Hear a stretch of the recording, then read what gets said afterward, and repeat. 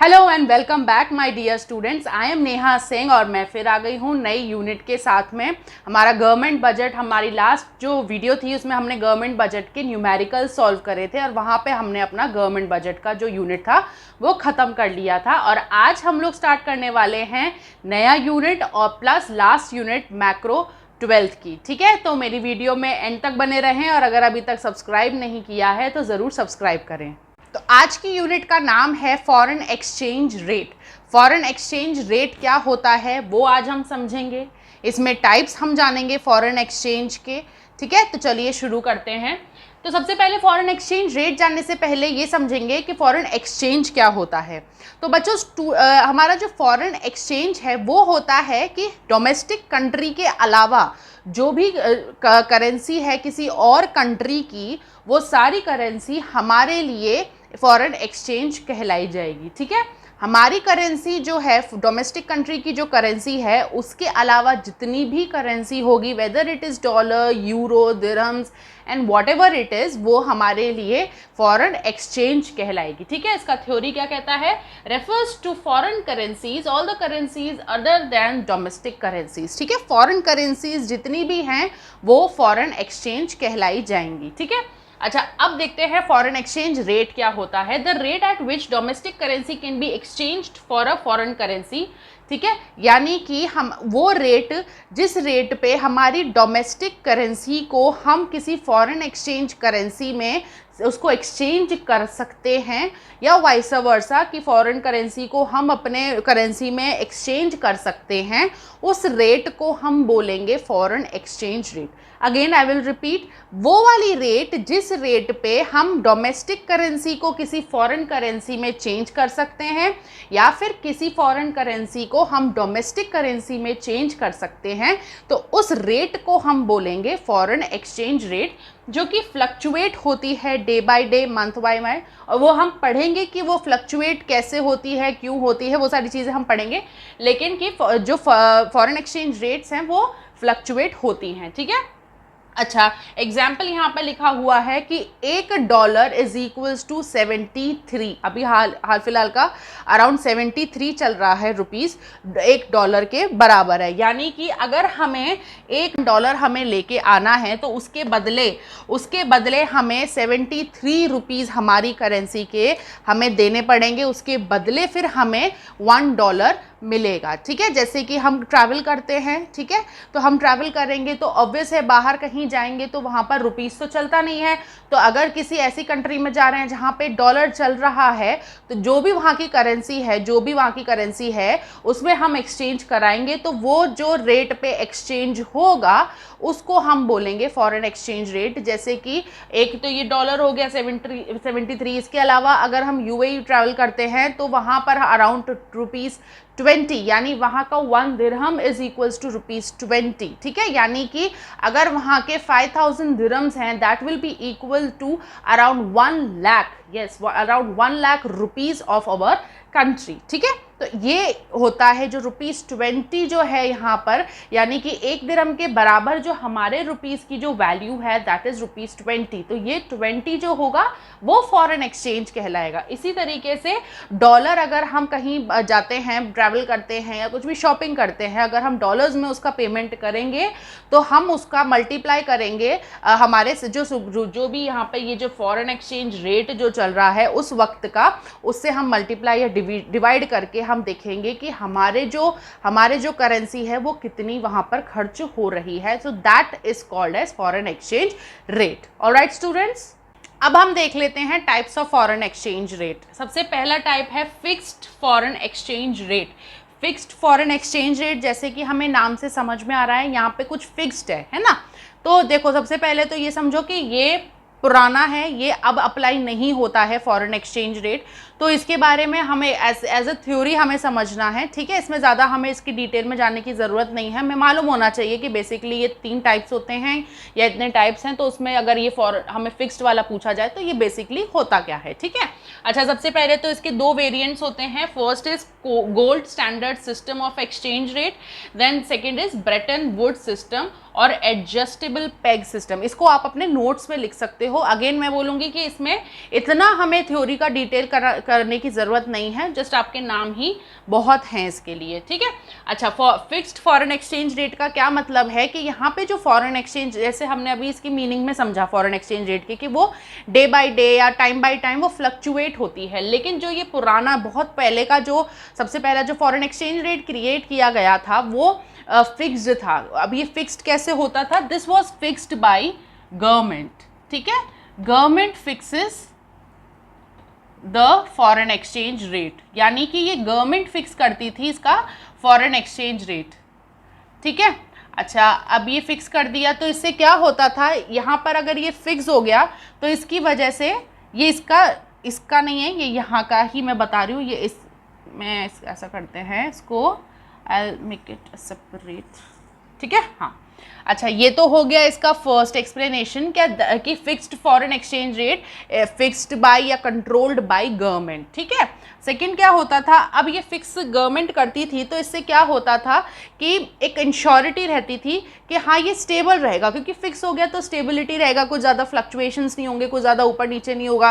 तो ज़्यादा ऊपर नीचे नहीं होगा तो स्पेकुलेशंस नहीं होंगी, इसमें कोई भी ऐसे आके कुछ भी बोल के या धोखाधड़ी नहीं हो सकती, या ज़्यादा फ्लक्चुएशंस। अगेन वो चीज़ है कि एक तो स्टेबिलिटी होती है, ठीक है, स्टेबिलिटी इंश्योर्ड, या फिर ऐसे लिखते हैं stability insured and no speculations, no room for speculations, ठीक है। अच्छा, लेकिन इसका नुकसान क्या होता था, या ये किस वजह से इसको हटाया गया या किस वजह से इसको यूज़ में नहीं लिया गया? क्योंकि इसको फिक्स रखने के चक्कर में जो गवर्नमेंट है उसके पास जो फॉरेन एक्सचेंज रिजर्व्स है वो बहुत ज़्यादा इकट्ठे हो जाते थे, क्योंकि उसको फॉरेन एक्सचेंज गवर्नमेंट को रखना पड़ता था, और जो भी एक्टिविटीज़ होती थी उसके चक्कर में उनको क्या है, फॉरेन एक्सचेंज रिजर्व्स अपने पास रखने पड़ते थे। तो वो बहुत ही हेडेक का काम हो जाता था गवर्नमेंट के लिए। Government has to keep large foreign exchange reserves, जिसकी वजह से ये एक फेलियर भी साबित हुआ ये सिस्टम, ठीक है। तो ये आपका हो जाएगा, बस इसमें ज़्यादा कुछ इतना, ये आपकी बस एक थ्योरी का पार्ट है कि हाँ भाई हमें लिखना है इसके बारे में कुछ, तो मैंने ऐसे पॉइंट्स में डिवाइड कर दिए जिससे आपको इजीली समझ में आ जाए कि बेसिकली आपको इस पैराग्राफ में आप जो लिखोगे तो उसमें वो क्या क्या आप इंक्लूड कर सकते हो, ठीक है। तो सबसे पहले यही हो जाएगा कि एक फिक्स्ड है जो कि गवर्नमेंट इसको कंट्रोल करती थी, गवर्नमेंट फिक्स करती थी कि फॉरेन एक्सचेंज रेट होगा वो क्या होगा, कितना होगा, ठीक है। और वो फॉरेन एक्सचेंज रेट फिक्स होने से क्या होता था कि कोई there is no room for speculations, कोई रूम नहीं, कोई यहाँ पर स्पेकुलेशन की कोई जगह नहीं रहती थी, एक स्टेबिलिटी मेंटेन होती थी। सही है ना, फिक्स हो गया तो काफ़ी टाइम तक वही चलता रहेगा, तो कुछ उसमें स्टेबिलिटी है तो कुछ टेंशन की इसमें ज़रूरत ही नहीं है, एक ही चीज़ रहेगी, ठीक है। फिर गवर्नमेंट हैज़, लेकिन इसमें यही नुकसान था कि गवर्नमेंट को लार्ज फॉरेन एक्सचेंज रिजर्व्स जो हैं वो अपने रखने पड़ते थे, जिस वजह से उनको अलग से उनका एक कह सकते हैं उनके ऊपर एक बर्डन बढ़ता था, ठीक है। अब हम देख लेते हैं इसका सेकेंड टाइप। अब देखो सेकंड हमारा टाइप है फ्लेक्सिबल फॉरेन एक्सचेंज रेट। अब नाम से हमें समझ में आ रहा है, पहले वाला फिक्स था, ये फ्लेक्सिबल हो जाएगा, यानी कि यहाँ पर जो फॉरेन एक्सचेंज रेट है वो फ्लेक्सिबल होता है, फ्लक्चुएट करता है, ठीक है। अच्छा, ये किस बेसिस पे करता है, यहाँ पे सबसे पहले तो आप पॉइंट लिखो कि यहाँ पे कोई गवर्नमेंट का इंटरवेंशन नहीं होता है, नो गवर्नमेंट इंटरवेंशन, ठीक है। अच्छा, अगर ये गवर्नमेंट ही इंटरवीन नहीं करेगी तो ये किस बेसिस पे यहाँ पर फॉरेन एक्सचेंज डिसाइड हो रहा है? यहाँ पर फॉरेन एक्सचेंज जो रेट डिसाइड होती है वो मार्केट फोर्सेस, जो डिमांड और सप्लाई है वो मार्केट फोर्सेस के बेसिस पे फॉरेन एक्सचेंज रेट डिसाइड होती है, ठीक है। तो फॉरेन द रेट, ऐसे आप लिख सकते हो, the rate is decided by market forces, okay. Market forces कौन से हो गए? Demand and supply, very nice, demand and supply.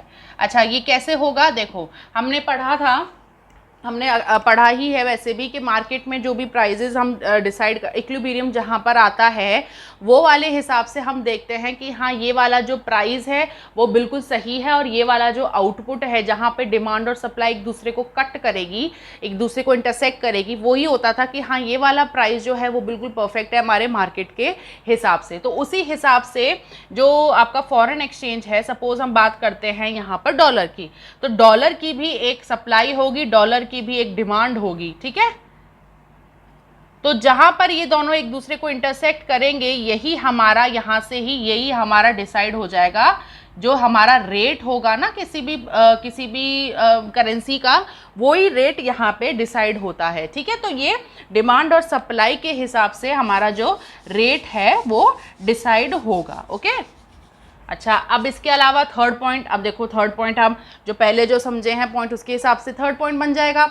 वहाँ पर फिक्स्ड था तो वहाँ पर स्पेकुलेशन और स्टेबिलिटी होती थी और स्पेकुलेशन नहीं होती थी। ठीक है, यहाँ पर फ्लेक्सिबल है तो यहाँ पे स्पेकुलेशन भी होगी, नो स्टेबिलिटी। ठीक है, स्टेबिलिटी नहीं है जिसकी वजह से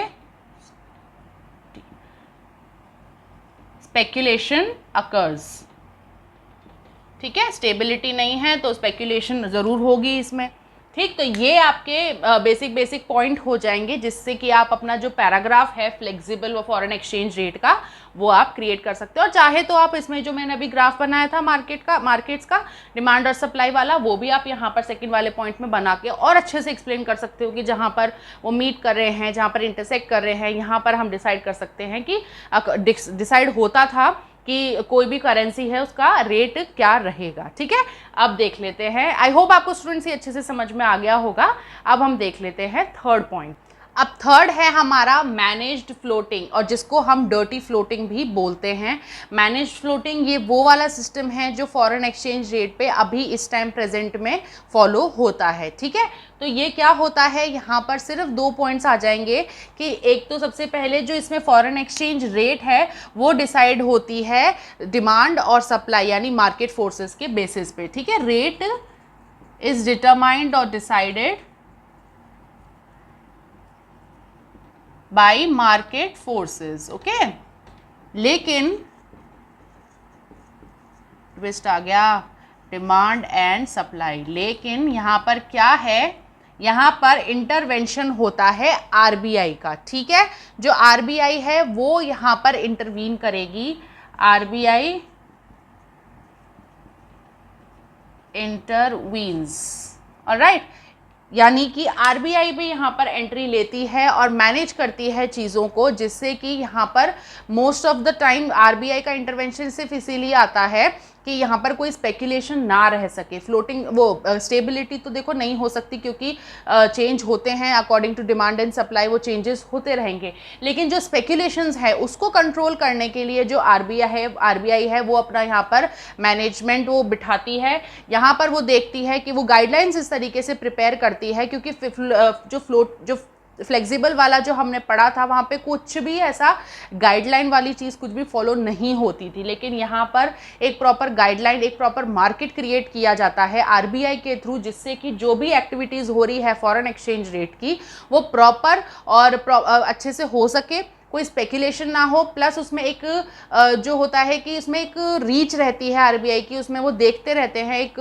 हमेशा उनकी एक नज़र बनी रहती है कि कोई भी ऐसी इलीगल एक्टिविटी यहाँ पर परफॉर्म नहीं हो रही है। ठीक है, तो मैनेज्ड फ्लोटिंग में मतलब ये हो जाएगा कि अगेन डिटरमाइन तो रेट जो होगी वो मार्केट फोर्सेस से ही होगी, लेकिन यहाँ पर आरबीआई का मैनेजमेंट भी, आरबीआई भी इंटरवीन करती है और इंटरवीन्स करेगी। इंटरवीन तो रहेगा ही यहाँ पर, प्लस इसमें इन्फ्लुएंस्ड भी होगा, क्योंकि आरबीआई की गाइडलाइंस और जो भी डिसीजन जो भी वो प्रिपेयर करती है यहाँ पर मैनेजमेंट बिठाने के लिए इन्फ्लुएंस्ड। यहाँ पर मैनेज जो है पूरा इस मार्केट में मैनेजमेंट बिठाने के लिए वो जो भी डिसीजंस लेती है उसके बेसिस पे भी फॉरेन एक्सचेंज वर्क करता है, उसके बेसिस पे भी फ्लोट जो फॉरेन एक्सचेंज रेट है वो फ्लक्चुएट होती है। तो RBI intervenes and influences as well the foreign exchange rates. Alright, तो ये थे बच्चों इसके फॉरेन एक्सचेंज रेट के टाइप्स।